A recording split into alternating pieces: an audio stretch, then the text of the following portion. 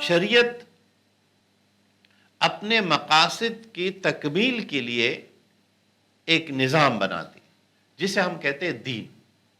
اور جب ہم اس کے لیے لفظ استعمال کرتے ہیں کہ دین مکمل کوڈ آف لائف کا نام ہے، مکمل طرز زندگی کا نام ہے۔ اس میں عبادات بھی شامل ہے،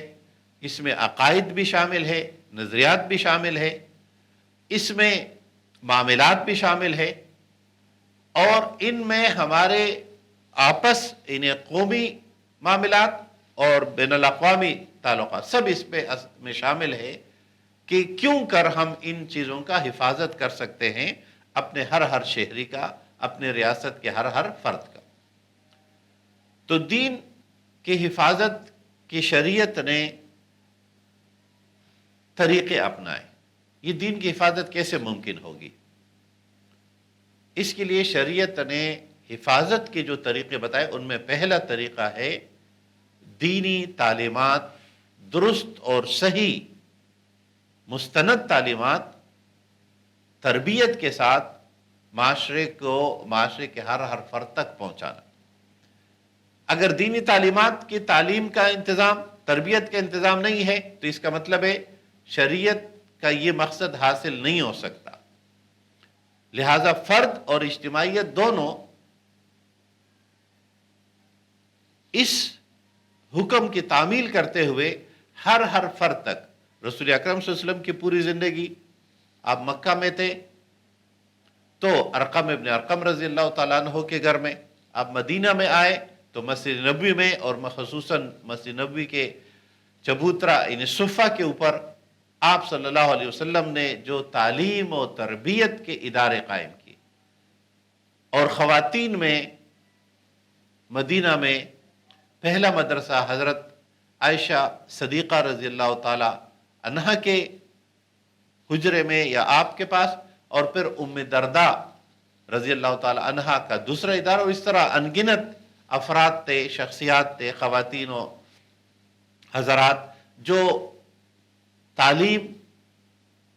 دینی تربیت کا انتظام کرتے تھے، اور ریاست سہولتیں فراہم کرتا تھا۔ اس کی بنیاد پر دین کا تحفظ ممکن ہو سکا تھا۔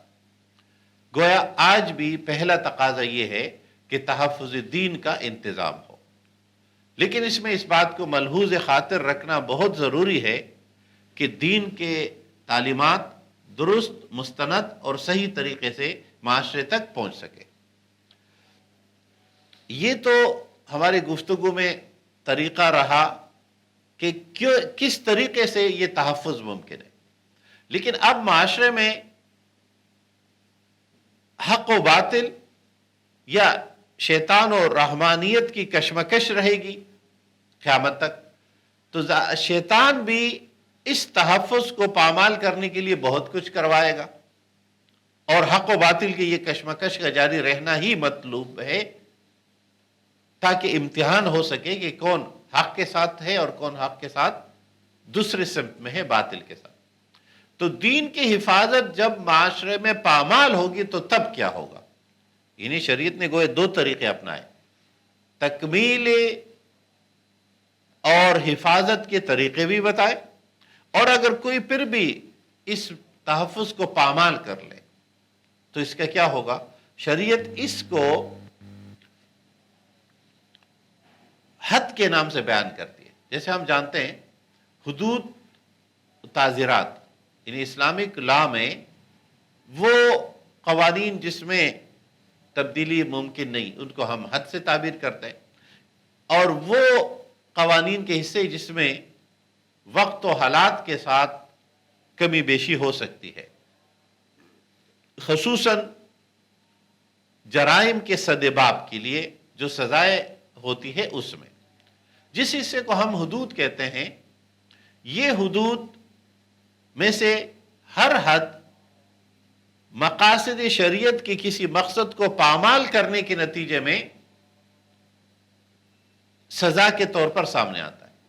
جیسے اگر مقاصد شریعت میں سے اس پہلے حد کو یعنی حفاظت دین کو پامال کر دیا جائے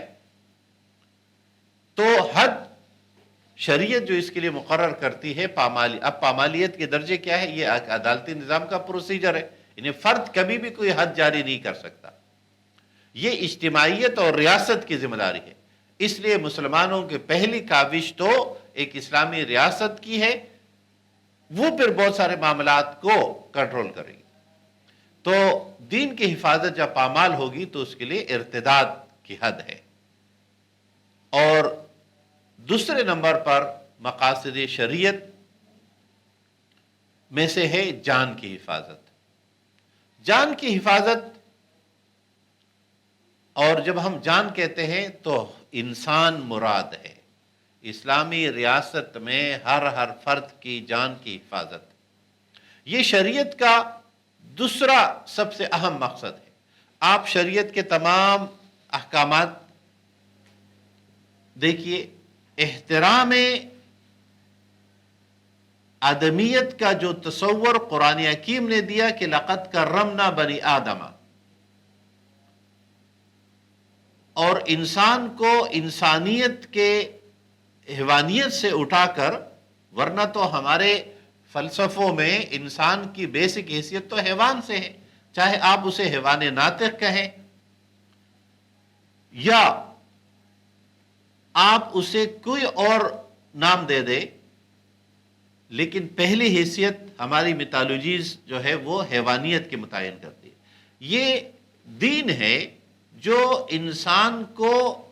سطح حیوانیت سے اٹھا کر انسانیت کے سطح میں لے آتا ہے،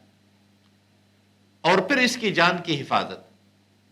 اب شریعت نے انسانی جان کی حفاظت کے لیے انسانی جان کی حرمت، تقدس مسلسل بیان کی، اس کو رشتے کے روپ میں تحفظ دیا، اولاد کی تربیت اور اولاد پر والدین کا خیال رکھ کر جو شریعت کا پورا نظام ہے، یہ دراصل جان کی حفاظت کے طریقے ہیں۔ اور پھر شریعت بلا لحاظ جنس، بلا لحاظ نسل، انہیں یہ تفریق کے بغیر کہ جنس کون سی ہے، نسل کون سی ہے، رنگ کون سا ہے، زبان کون سی بولتا ہے، زبان، رنگ اور نسل کے ان تعصبات اور پہچان کے ذریعوں کو انسانی جان کے لیے خطرہ یا انسانی جان کے نقصان پہنچانے کا سبب، اور یا اس کو کمتر اور برتر کے کیٹیگریز میں تقسیم سے روکنا، یہ شریعت کا بنیادی جان کی حفاظت کا مقصد ہے۔